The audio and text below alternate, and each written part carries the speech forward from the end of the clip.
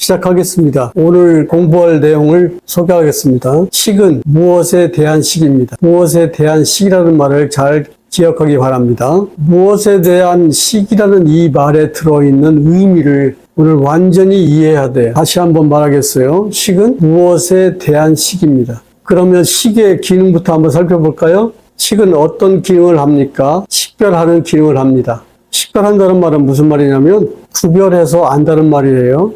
그러니까 식은 알매 기능을 담당하지요. 그렇다면 식은 무엇을 식별할까요? 색, 수, 상, 행식이라는 대상을 식별합니다. 대상이라는 말을 잘 이해해야 돼요. 대상이라는 말은 저 밖에 있는 어떤 물건이 우리의 인식 속에 들어와서 정신기관인 의가 상대하는 것이 들 때 대상이라고 그래요. 밖에 있는 그것을 뭐라고 하냐면 사물이라고 하고, 사물이 의에 들어와서 의에서 어떤 작용이 일어나냐면 감각한 것을 해석하고 해석한 것에다가 의미를 붙이고 그것을 언어로 표현하지요. 이때 의가 상대하는 밖에서 들어온 그 사물을 대상이라고 그래요.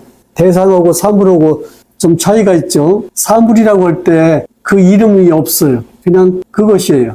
그러나 대상이라고 할 때는 의에 들어와서 우리의 인식 속에서 의미를 부여받기 때문에 이름이 생기는 거죠.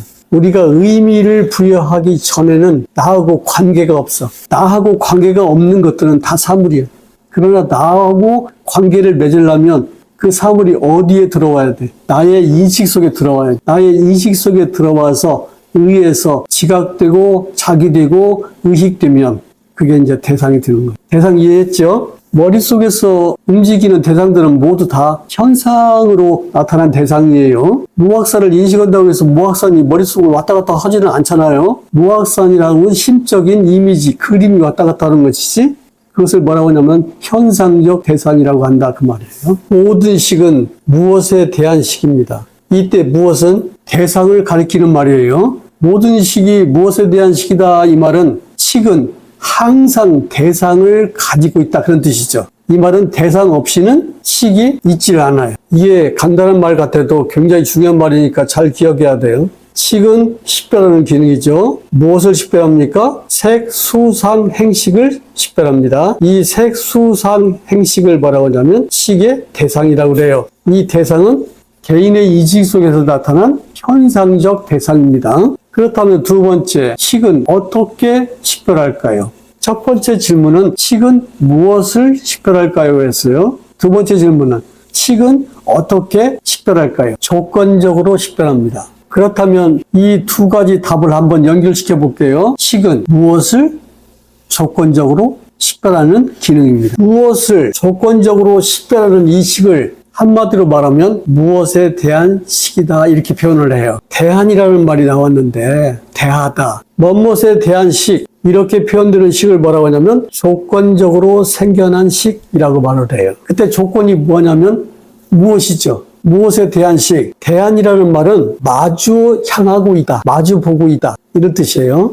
또 상대하다 또는 상대로 삼다. 식은 대상과 마주보고 있어요. 이렇게 대상과 마주보고 있는 식을 뭐라고 그래요? 무엇에 대한 식이라고 그래요. 그래서 식이 대상과 마주하고 있기 때문에 사람들은 이 식을 거울에 잘 비유를 합니다. 거울이 뭘 마주하고 있습니까? 여러 가지 대상들을 비춰주죠. 그렇다면 무엇에 대한 식 이런 표현을 한번 풀어서 한번 설명해 볼게요. 첫째, 이 말은 이런 뜻이에요. 무엇에 대한 식이라는 말은 무엇 때문에 생겨난 식 이런 뜻이에요. 식은 무엇 때문에 생겨나요. 무엇 때문에가 없으면 식은 안 생겨납니다. 또 달리 말하면 무엇을 원인으로 하는 식 이런 뜻이에요. 때문에란 말이 원인이란 말이잖아요. 또 달리 말하면 무엇의 결과로 생겨난 식 이런 뜻이에요. 결과로 생겨났다는 것은 무슨 말입니까? 식은 경험적인 산물이라는 거죠. 이렇게 꼭꼭 씹어보면 엄청나게 중요한 의미들이 이 말에 다 들어있어요. 그런데 공부를 할 때 그렇게 조곤조곤 씹어서 공부를 하지 않고 맛있는 음식을 먹는 강아지처럼 꿀꺽꿀꺽 삼켜버려요. 무엇에 대한 식, 뭐뭐에 대한 식, 이 말을 또 다른 말로 표현하면 무엇을 조건으로 생겨난 식 이런 뜻이에요. 우리가 지금 중요하게 다뤄야 할 표현이 나왔네요. 무엇을 조건으로 생겨난 식. 무엇을 조건으로 생겨난 식. 이게 무슨 말이냐고. 식은 조건 발생입니다. 그런 뜻이야. 그 조건이 되는 게 뭐냐면 색수상행이라고 하는 대상이 조건이 됩니다. 그런 뜻이죠. 그러니까 대상 없는 식은 없고 식 없는 대상은 없어요. 이것을 뭐라고 하냐면 조건 발생이라고 하죠. 세종께서 연기를 통해서 설명하고 싶었던 것은 뭐냐면 식과 대상이 조건적으로 발생한다는 이 원리를 설명하고 싶었어요. 아마 이게 가장 세종의 가르침의 정수일 겁니다. 식과 대상이 조건적으로 발생한다는 이 원리를 세종은 어디에서 발견했냐면 개인의 인식 속에서 발견했어요. 좀 더 설명해 볼게요. 식과 대상이 조건적으로 발생한다 이 말은 식이 조건이 되면 대상은 조건에 의해 생겨난 것으로 생겨나고 대상이 조건이 되면 식은 조건이 되는 것에 의해서 생겨난 것이 된다 이런 뜻이에요. 이런 것을 뭐라고 하냐면 인과적 상호작용이라고 그래요. 조건 발생이라는 것은 조건적으로 발생한다 그 말이에요. 조건적으로 발생한다 이 말은 어떤 것들이 하나가 조건이 되면 다른 하나는 그 조건이 되는 것에 의지해서 조건에 의해 생겨난 것으로 나타난다는 뜻이에요. 이것을 쌍방이 함께 하기 때문에 상호작용이라고 그래요. 그러면 조건이 되는 것, 조건에 의해서 생겨난 것, 이것은 뭘 의미하냐? 조건이 되는 것으로 나타날 때는 원인으로 나타나고요. 조건에 의해 생겨난 것으로 나타날 때는 결과로 나타난다. 이런 뜻이에요. 이 조건 발생의 원리는 원인과 결과가 함께 나타나고 함께 사라진다는 거예요. 그런데 일상 속에서 우리는 원인과 결과가 함께 나타나고 함께 사라지는 것을 받아들이지를 못합니다. 우리는 항상 일상적으로 이렇게 생각해요. 원인이 결과의 앞에 있어요. 자기가 돈이 없고 그러면 술 먹고 이렇게 생각하잖아요. 내가 왜 이렇게 가난하게 살아? 그 원인이 뭐요? 그때 이렇게 주장하지요. 우리 아버지가 가난뱅이였어. 원인이 어디에 있어요? 원인이 아버지에 있잖아요. 그래서 원인을 찾았어요. 자, 원인을 찾았어. 아버지가 문제야. 어떻게 하겠다고? 우리가 일상 속에서 생각하고 있는 이 인과적인 작용은 항상 원인이 앞에 있고 결과가 뒤따라요. 이것을 뭐라고 하냐면 원인이 결과를 지배한다고 그래요.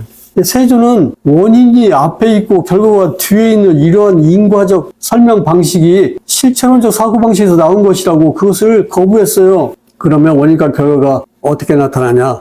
함께 나타나요. 원인이 나타나면 그곳에 결과가 나타나고 결과가 나타나면 그곳에 원인이 나타나는 거죠. 근데 경험을 안 해왔잖아요.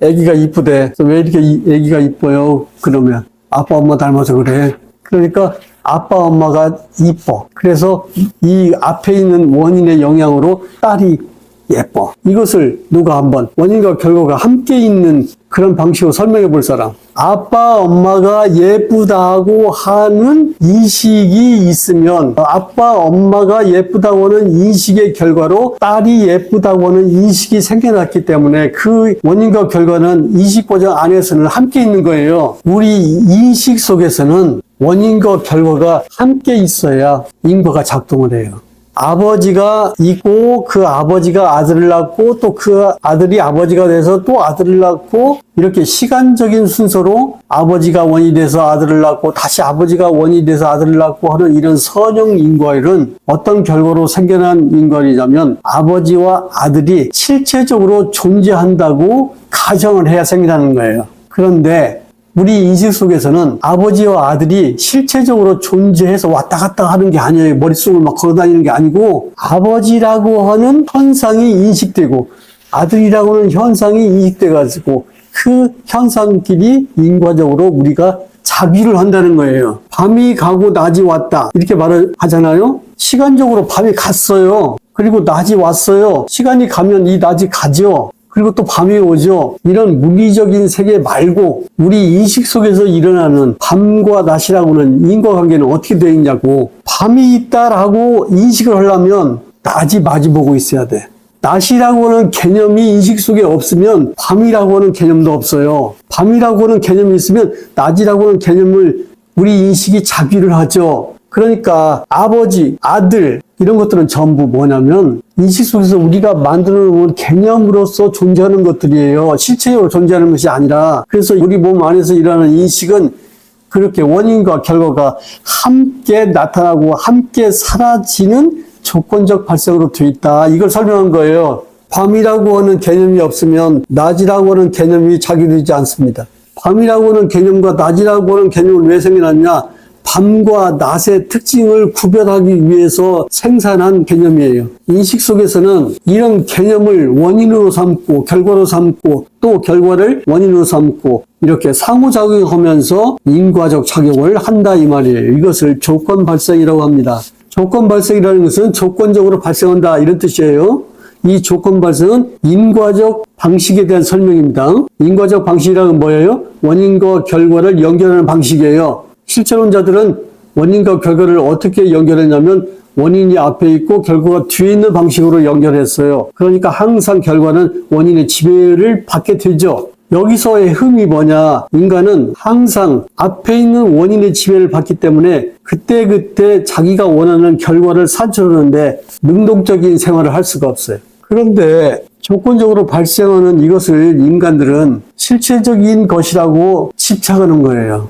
그래가지고 조건적으로 발생한 이 대상을 가지고 시간성을 부여하고 공간성을 부여하면서 존재의 세계를 살아가는 거예요.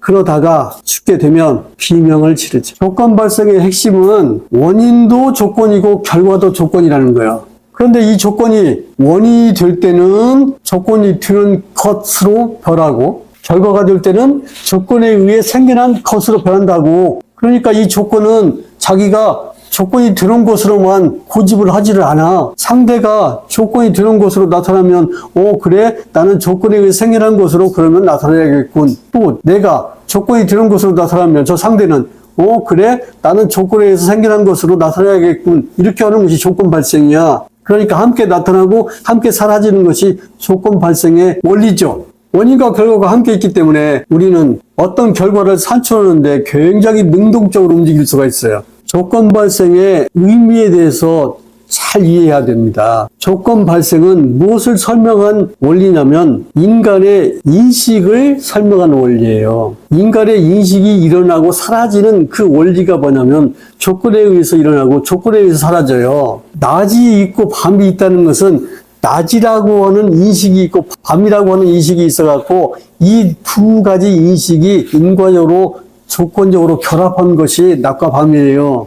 조건 발생을 다른 말로 이야기를 하면 조건 결합이라고 이야기할 수 있어요. 또 다른 말로 하면 조건적 결합이죠. 이 조건적 결합은 인과적 결합입니다. 결합이라는 건 뭐예요? 함께 있다는 거예요. 연기라는 말의 그 문자적 의미는 뭐냐면 함께 나타나기 때문에 있음 이런 뜻이에요. 조건 발생의 원리라는 말에서 우리가 명심해야 될 것은 이 조건 발생이라는 것이 인과적 상호작용의 원리라는 거야. 상호작용이라는 말 주의를 기울여야 됩니다. 그러니까 식이 대상에 대한 식이듯이 대상 또한 식에 대한 대상이에요. 식과 대상은 서로 함께 나타나고 함께 사라집니다. 그런데 보세요. 이 그림이 식과 대상의 조건 발생을 그려놓은 거예요. 색과 식은 조건적으로 발생합니다. 식은 색에 대한 식이고 색은 식에 대한 색으로 존재하죠. 이해가 가죠? 색이 원인이 되면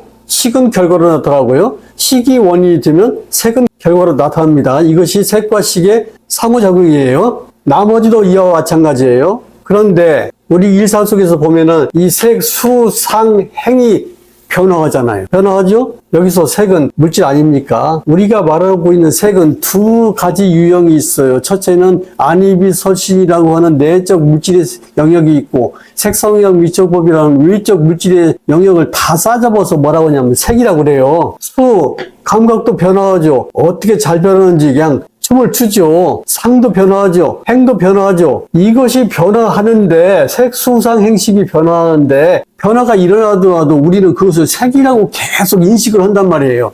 여기다가 사과를 갖다 놓고 사과가 변화를 했어. 근데 조금 사과가 말랐다고 해서 사과가 아니라고 말을 하지는 않잖아요. 뭐라고 그래요? 사과가 말랐다고 그래요. 누가 한 입 베어 먹으면 누가 한 입 베어 먹은 사과라고 말을 해요. 색이 변화를 겪습니다. 색이 변화한 그런 과정을 뭐라고 하냐면 색의 과정이라고 그래요. 수가 변화합니다. 수의 변화 과정을 수의 과정이라고 합니다. 상이 변화합니다. 상이 변화하는 과정을 상의 과정이라고 그래요.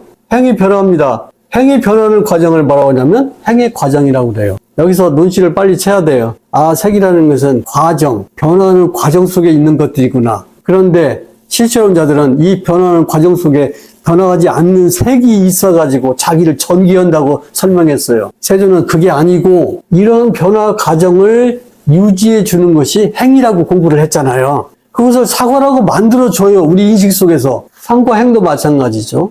이제 무엇을 설명하려고 그러냐? 세계 과정에 따라서 식이 생겨나요. 그러니까 식도 과정이라는 것을 설명하려고 그래요. 수의 과정에 따라서 식이 생겨나요. 그래서 식은 과정적인 거예요. 실체적인 것이 아니에요. 상과 행도 이와 마찬가지입니다.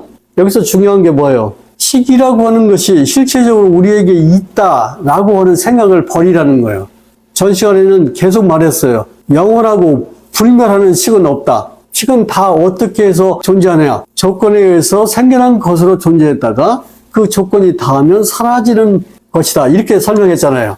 결론을 한번 말해볼게요. 무엇에 대한 식이라는 것은 다른 말로 대상에 대한 식인데 이때 식이 대상으로 삼는 것이 색수상행입니다. 식이 대상을 조건으로 삼기 때문에 식과 대상은 다 같이 과정을 가져요.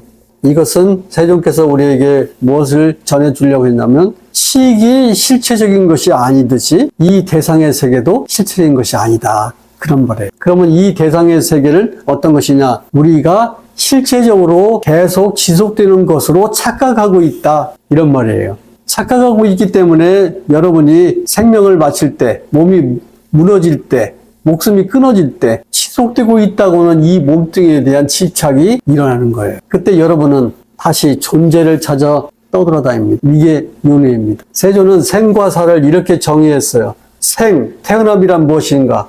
육처를 획득하는 것이다. 오온이 나타나는 것이다. 나타난다고요? 육처를 획득한다는 것은 안입이설시를 나의 자아로 삼는다는 거 아닙니까? 안입이설시를 나의 자아로 삼기 때문에 이 몸뚱이가 나라고 생각을 하고 살아요. 이 안입이설시에서 수가 일어나고 상이 일어나고 행이 일어나고 식이 일어난다는 공부를 이미 했잖아요.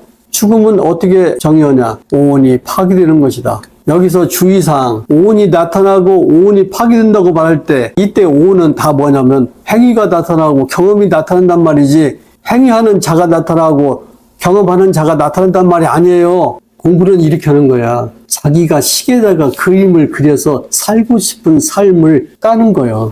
근데 불교를 배워가지고 무엇을 못 얻었어? 거부가 되려면 거부가 되고 자발적으로 가난하게 살려면 가난하게 살고 왜 않는 거예요? 식은 새로운 그런 시도를 할 때 여러분을 주저앉혀. 겁이 나서. 뭔 핑계를 댈 거야. 오늘 공부한 내용을 잘 기억해야 됩니다. 모든 식은 항상 대상에 대한 식입니다. 식과 대상은 조건적으로 발생합니다. 식과 대상은 인과적 상호작용 속에서 서로가 서로에게 영향을 주고 있어요. 따라서 독립적이고 스스로 존재하는 식도 스스로 존재하는 어떠한 대상도 없습니다. 이것은 무엇을 말하냐면 여러분이 이 세상을 능동적으로 살 수 있다고 하는 엄청난 축복이에요. 마치겠습니다.